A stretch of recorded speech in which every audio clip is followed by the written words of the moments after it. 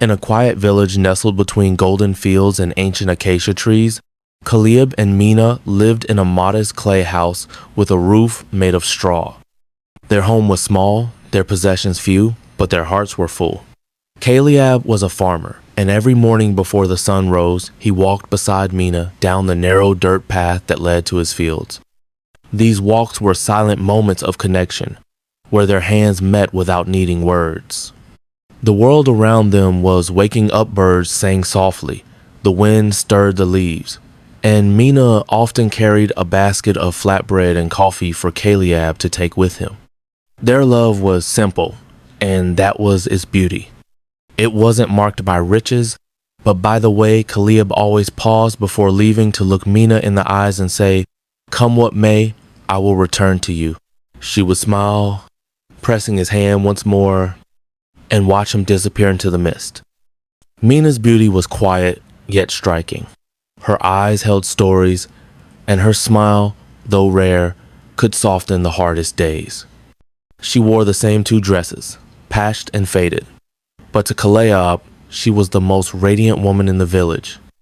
At the local well, where women gathered each morning, they often whispered about her, not out of envy but admiration. How gracefully she moved, how deeply her husband seemed to love her. And yet, there was one man who watched her differently. From the large white house on the hill, Jamal observed them.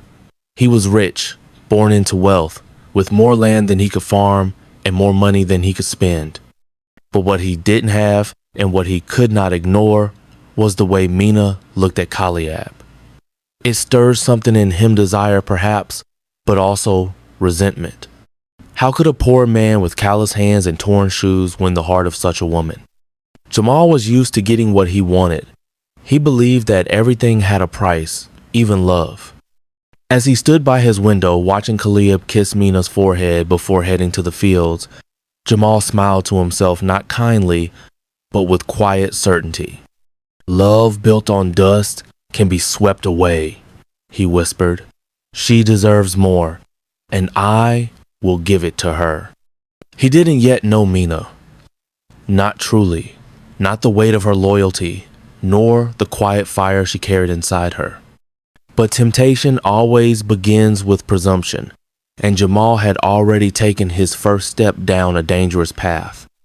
In the days that followed, nothing had changed yet. Something invisible began to stir, and in the heart of this peaceful village, the seeds of a storm were being planted.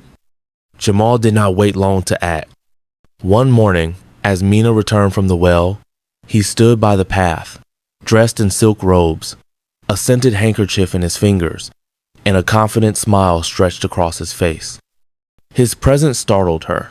It was not common for men like him of wealth and position to speak directly to women in the village, especially the wife of a farmer. "Mina," he said, his voice smooth as honey, "the sun is kind to you this morning. It seems to shine only for you." She paused, holding the water jar close to her chest. "Good morning, sir," she replied politely, stepping past him. But Jamal was not easily dismissed. He began to appear more often on her way to the market, outside the well, near her home. At first, he spoke only in compliments, praising her grace, her strength, her eyes. But soon his words sharpened, cloaked in concern. "Why must a woman as beautiful as you wear clothes so old and worn?" he asked one day, his eyes scanning the faded hem of her dress. "Does your husband not see you? Does he not care?" Mina, taken aback, shook her head. "Caleb works hard.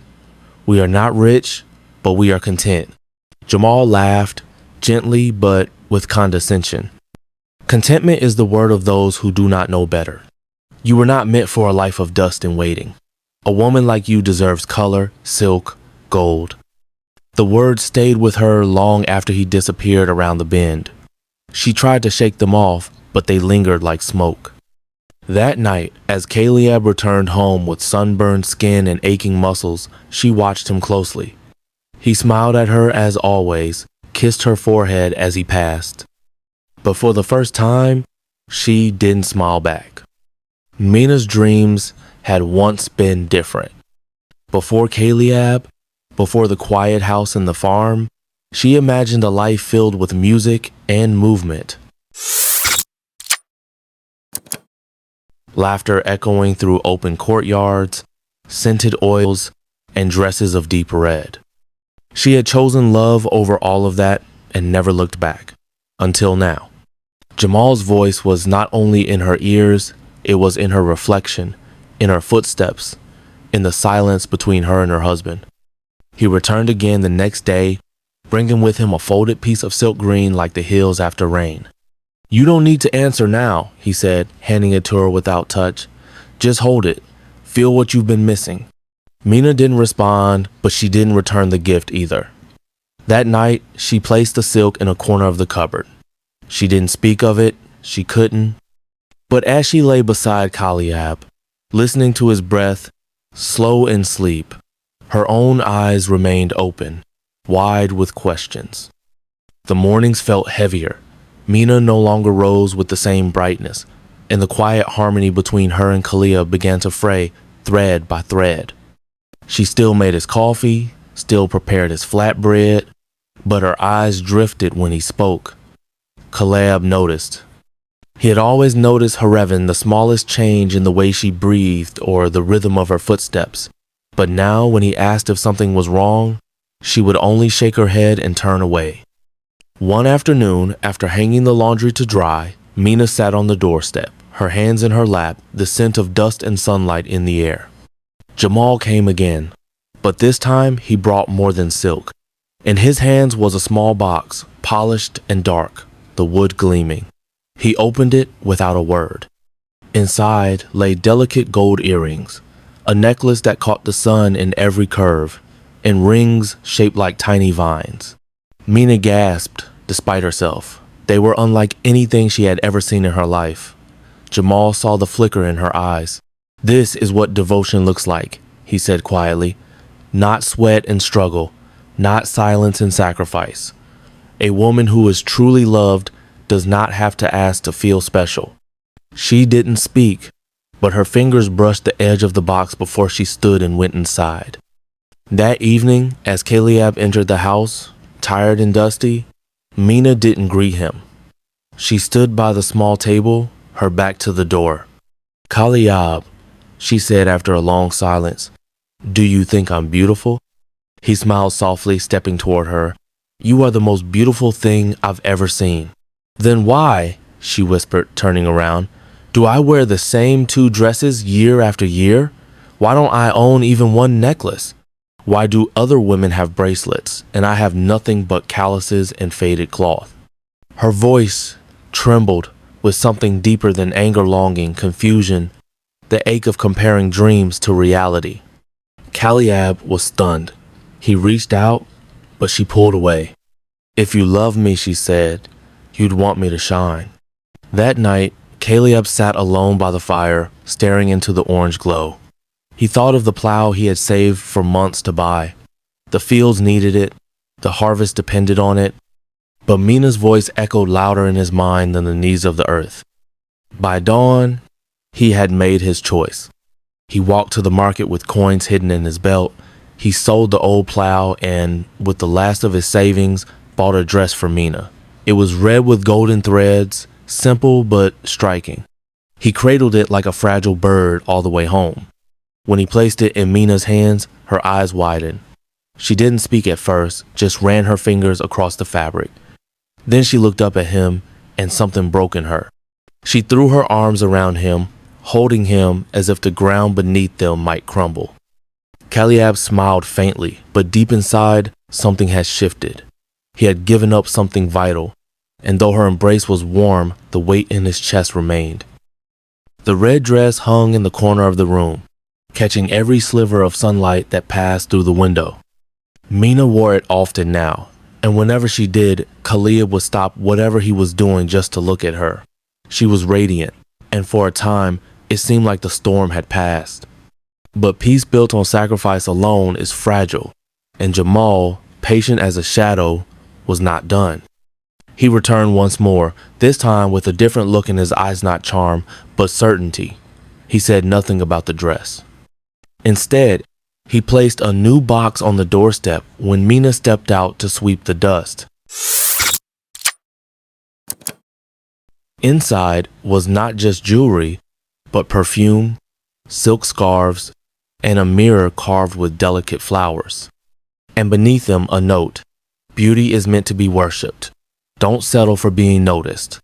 Be adored." That night, Mina did not prepare dinner. The firewood remained untouched. She sat outside beneath the stars, her fingers tracing the lines of the letter. Her mind was a storm of questions she couldn't silence. When Caleb returned, tired and hungry, he found no warmth in the house, only silence and the faint smell of foreign perfume. "Mina," he said gently, "are you unwell?" She turned to him slowly. "No," she answered. "I am only unloved." Her words hit him harder than any blow. "I gave you the dress," he said, confused. "I would give you anything I could, but not what I truly want," she whispered. "You gave me something. Jamal offers everything. You offer what you have. He offers what I deserve." Caleb stepped back. For the first time in their life together, he saw a distance in her that felt unbridgeable. That night, he sat at their small table, writing by the dim light of a candle. It was not a letter of defense or protest, it was a love letter. He poured into it everything he had never said, how he remembered the sound of her laughter from their first day together, how her hands made even the simplest meal taste like celebration, how his heart had never looked at another woman since her.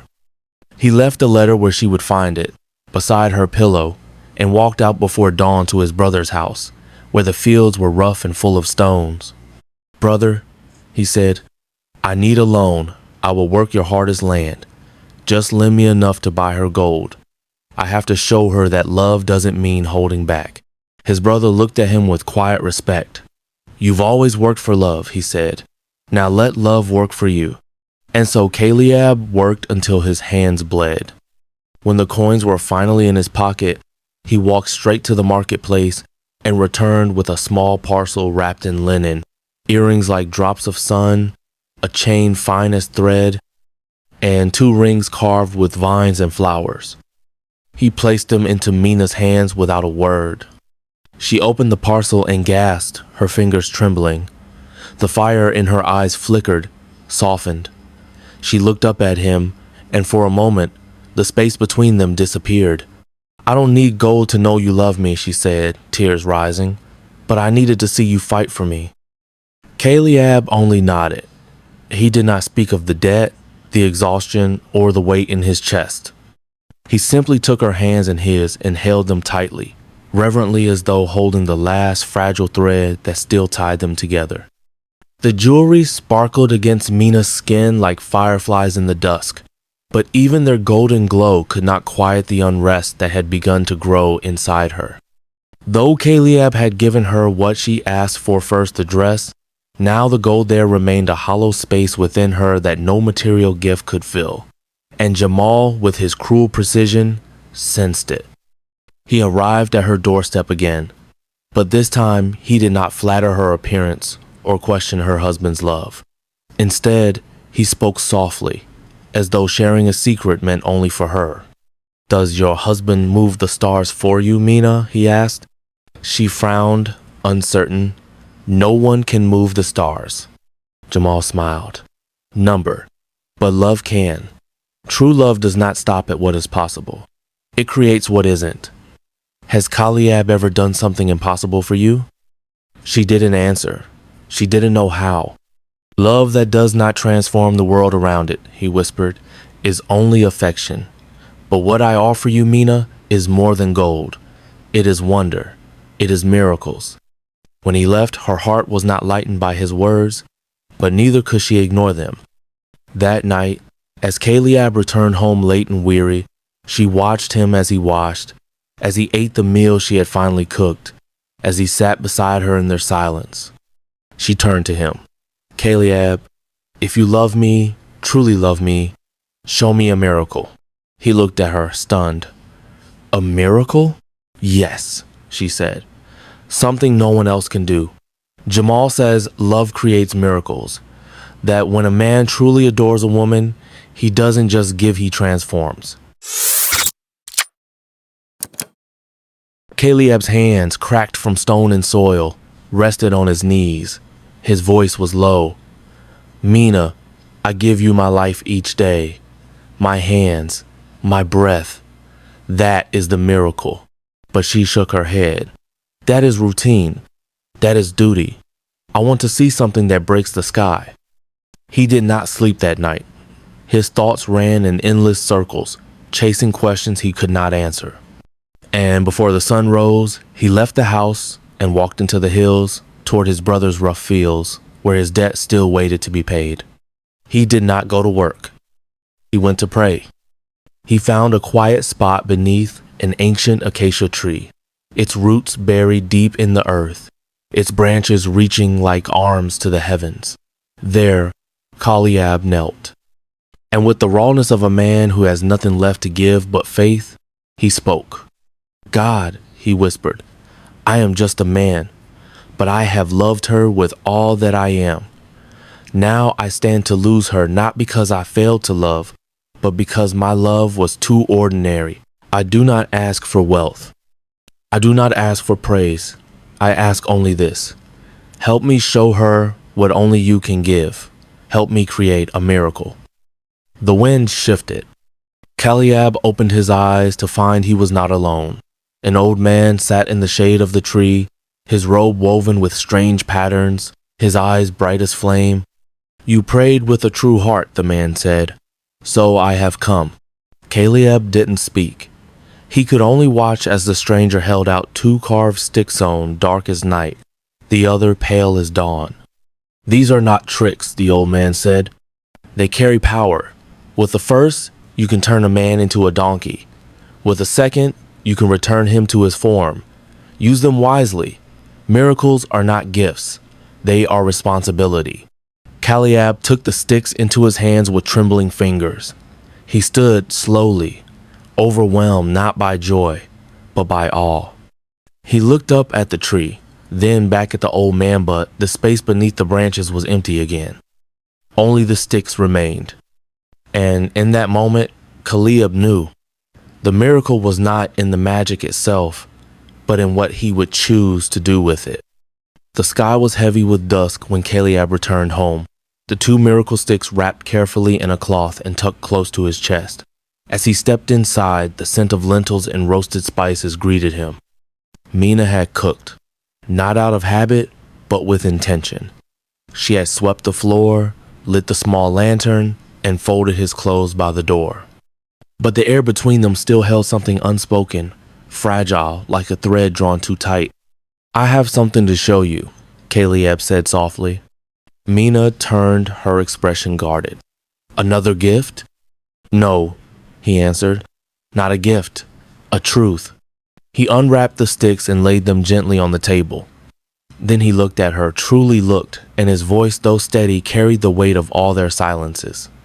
You asked for a miracle, and I asked for one too, not to win you back, not to impress you, but to find a way to hold on to what we once built before it began to slip between our fingers. Mina stood still, uncertain. Caleb stepped forward, holding the dark stick. Forgive me for this, he said. And before she could move, he gently tapped her shoulder.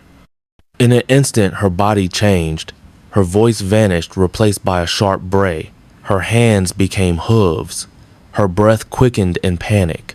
A donkey stood where Mina had been, confused and trembling. Caleb's eyes filled with tears.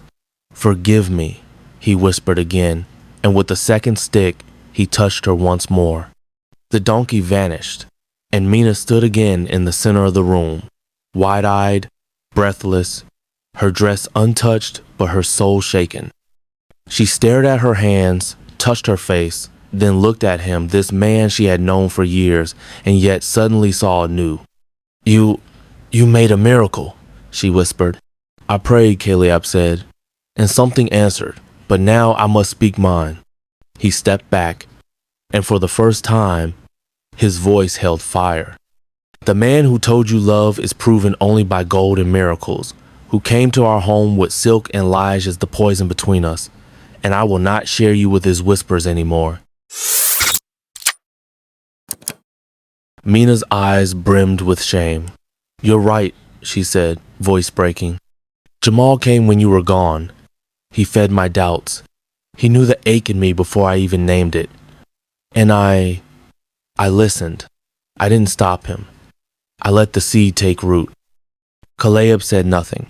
The truth was already enough. I don't want to lose you, she continued. Not to another man. Not to my own pride. I want to remember the woman I was when we had nothing but laughter in each other. He stepped forward and placed the dark stick in her hands. Then protect it, he said, with your own hands. She looked down at the wood, then up at him. There was a strength in her now, fierce and unshaken. Where's the second stick? She asked. Caleb nodded toward the roof beams. Hidden, just in case. The next morning, Caleb left early for the fields. The sky was still dark, the air cold with silence. Mina stayed behind, waiting. And just as the sun stretched over the hills, Jamal arrived, clothed in confidence, smiling like a man who believed he had already won. Well, he asked, has your husband performed a miracle yet? Mina stepped forward, her voice calm. He has, and now so will I.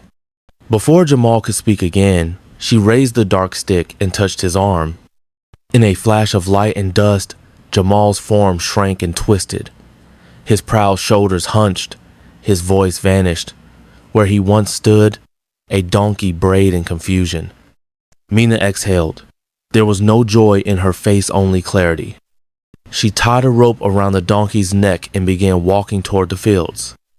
Toward Caleb, toward the soil where love, once fragile, had begun to grow again. Years passed. Seasons came and went over the fields like breath over glass. The donkey, once Jamal, worked faithfully beside Caleb, carrying stones, sacks of grain, bundles of firewood. The land began to yield more than it had in years. With Mina's quiet strength beside him and the burden lifted by the strange miracle of the sticks, Caleb turned his small farm into a life filled with rhythm and purpose. They were no longer poor, but they remained humble. The house was still made of clay, but it now had a small garden where Mina grew herbs and flowers. Inside, laughter returned, not loud or constant, but real, like the scent of earth after rain. Mina never touched the hidden stick again. It remained in its place, above the door beam, like a quiet secret between her and the truth. Every time she passed it, she remembered the cost of forgetting who you are, of letting someone else define your worth. And every time Caleb brushed dirt from his hands and looked at her with soft, unspoken affection, she knew she had returned to herself. The donkey grew old. Its steps became slower, its breath shorter. Its eyes, once filled with the arrogance of a man who wanted everything, were now tired, reflective.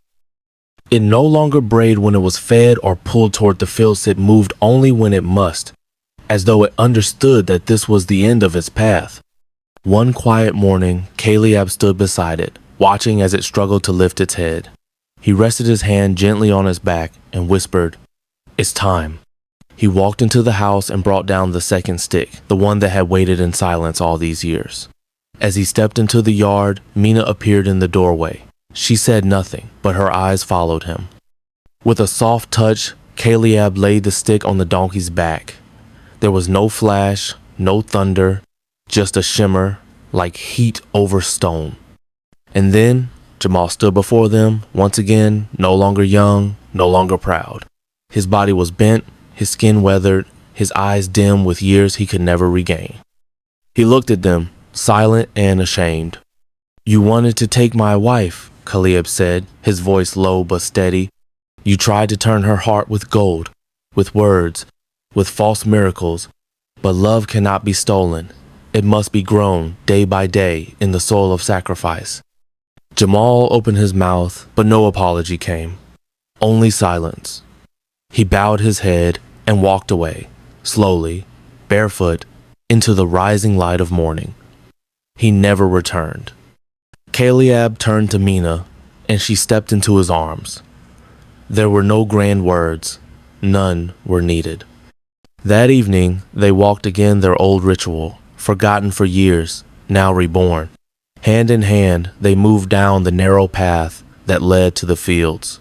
The wind stirred the tall grass. The trees whispered above them.